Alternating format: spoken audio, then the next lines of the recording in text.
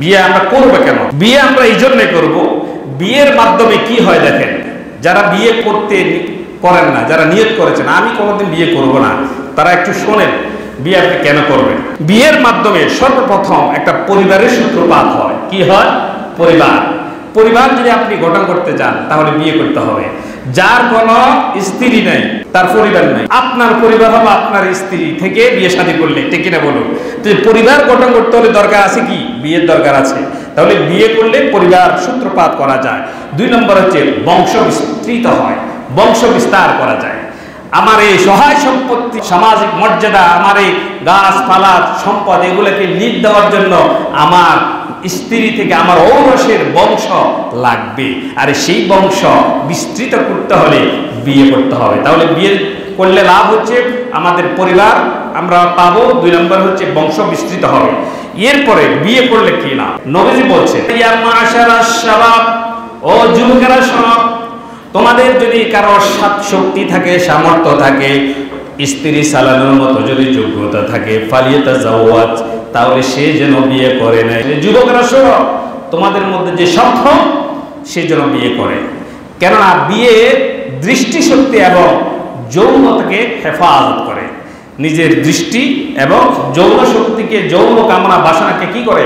হেফাজত করে, নিয়ন্ত্রণ করে বিয়ের মাধ্যমে, এই পবিত্র বন্ধনের মাধ্যমে। আর যদি বিয়ে করতে সক্ষম না হয় তাহলে সে যেন রোজা রাখে। কি রাখে? রোজা। যিনি বিয়ে করার যোগ্যতা রাখেন না, বিয়ে করতে চান, হয়তো আর কিছুদিন পরে একটু গোছায় আসতেছেন, নবীজি বলছেন তুমি রোজা রাখো। কারণ তোমার মধ্যে যে এখন প্লাবন মাতা আছে যৌবনের, সেটাকে নিয়ন্ত্রণ করার একমাত্র মাধ্যম হচ্ছে রমজান। সুবহানাল্লাহ।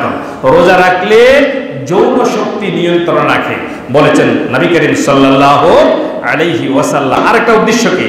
কোরআনে কারীম আল্লাহ পাক বলছেন, ওয়া মিন আয়াতিহি আন খালাকা লাকুম মিন আনফুসিকুম আজওয়াজা।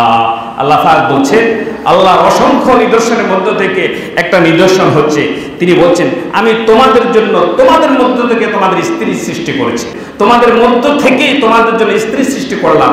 আমরা বলবো আল্লাহ কেন আপনি স্ত্রী সৃষ্টি করলেন?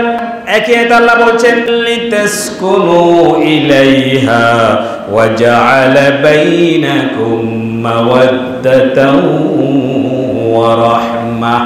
আল্লাহ পাক বলছেন লিতাসকুনু ইলাইহা, যে স্ত্রীর মাধ্যমে তুমি প্রশান্তি লাভ করতে পারো। বিয়ের আরেকটা উদ্দেশ্য, প্রশান্তি লাভ করা যায় স্ত্রীর মাধ্যমে, ঠিক কিনা বলুন? তুমি যদি বিয়ে করো, তোমার এই পবিত্র বন্ধন, পবিত্র স্ত্রীর মাধ্যমে তুমি যৌন যে প্রশান্তি, আত্মতৃপ্তি, তুমি এটাকে লাভ করার বৈধতা দিয়েছেন কে? আল্লাহ। এটা ছাড়া ভিন্ন কোনো প্রক্রিয়ায়, ভিন্ন কোনো পদ্ধতিতে তুমি যদি প্রশান্তি লাভ করতে যাও, সেটা বিয়ে হবে না, সেটা গুনাহ হবে, জিনা হবে, সেটা ব্যভিচার হবে, সেটা কলঙ্কিত লাইফ হবে।